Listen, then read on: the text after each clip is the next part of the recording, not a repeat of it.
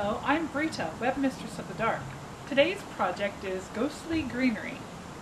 You can see I have a window box here filled with a whole bunch of spooky plants that I've picked out. I also have a black urn ready to place anywhere in my garden that I like, or the entrance to my front door of my Halloween party. I like the dark purpley black plants. That's New Zealand flax grass, which is a nice dark purple. Then we have a heuchera that's a mottled. There's various varieties of heuchera, all sorts of different colors you can find. We have cuttings of a dusty miller plant and purple hopseed bush. Black mondo grass, which is great deep black for Halloween. Curly bush. This is something I just found, never seen it before. It looks pretty spooky to me. And I added some dusty miller cuttings and hopseed bush to that as well, just to fill out the arrangement. And we have the symmetrical arrangement down the side of the window box, just because I'm like that. You can just arrange your plants any way you like, and it can be ghostly greenery that way. If you want to add a little extra, you can make spooky fog coming out of the ghostly plants. So for this urn, that's the first time I tried the fog effect. For the urn, I had the dusty miller in gallon pots, which was not big enough for the urn.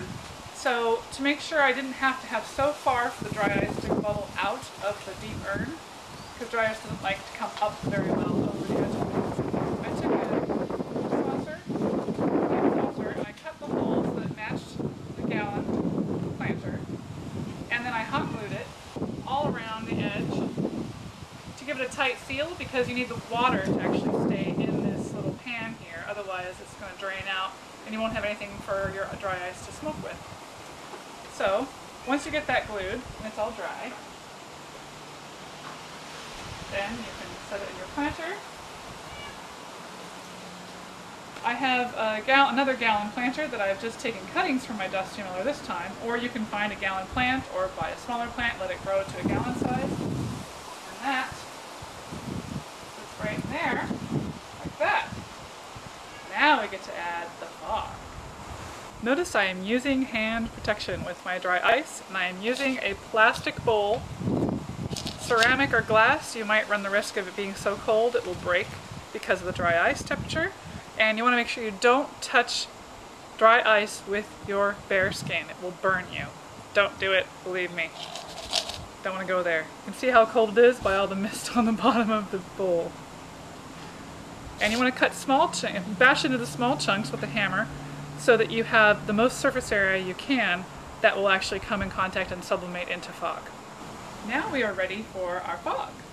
And notice I have protection for my dry ice hand. So first I'm going to take some water and put it in our pan here.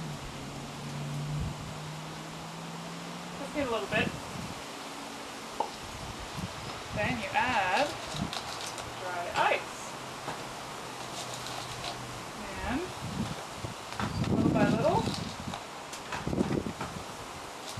it will start to bubble and smoke. Now that's some good ghostly fog. I like how the fog shows up so well against the black urn. Very ghostly. Lately, in the recent years, there have been mist makers, which are little electric devices that have this big giant plug you have to find somewhere to plug in, and you need a shallow vessel for your water, because if it's too deep, the mist maker won't actually bubble out of the outside of your container. And if it's too deep, like a tall vase, it actually won't create fog that would go up to that's the top. This one also has some lights that change colors. And this is what I have set up in the window box in 3 different places amongst the plants, hidden, so you don't see the source of the spookiness. So the misters take a little bit to get going. As I mentioned, if you have the water too deep, it doesn't actually mist, and it just kind of bubbles underneath the water level. So you have to make sure the water is only about 2 inches above that little block that goes in the water. And it's a very subtle mist that comes out, very subtle fog that comes out. But the changing lights are kind of a cool effect as well that gets pretty ghostly. Now you can see one of the lighted electric misters peeking through the ghostly greenery there. There's another one back behind the curly grass. And that one's going really good, but that's why you can also see you want to try and hide the glass behind different leaves to make it look better, more like that. As you can see, the misters don't have really giant bubbling fog. They're more of a subtle effect. There's one of the misters, giving its nice subtle fog. Now watch when we add dry ice.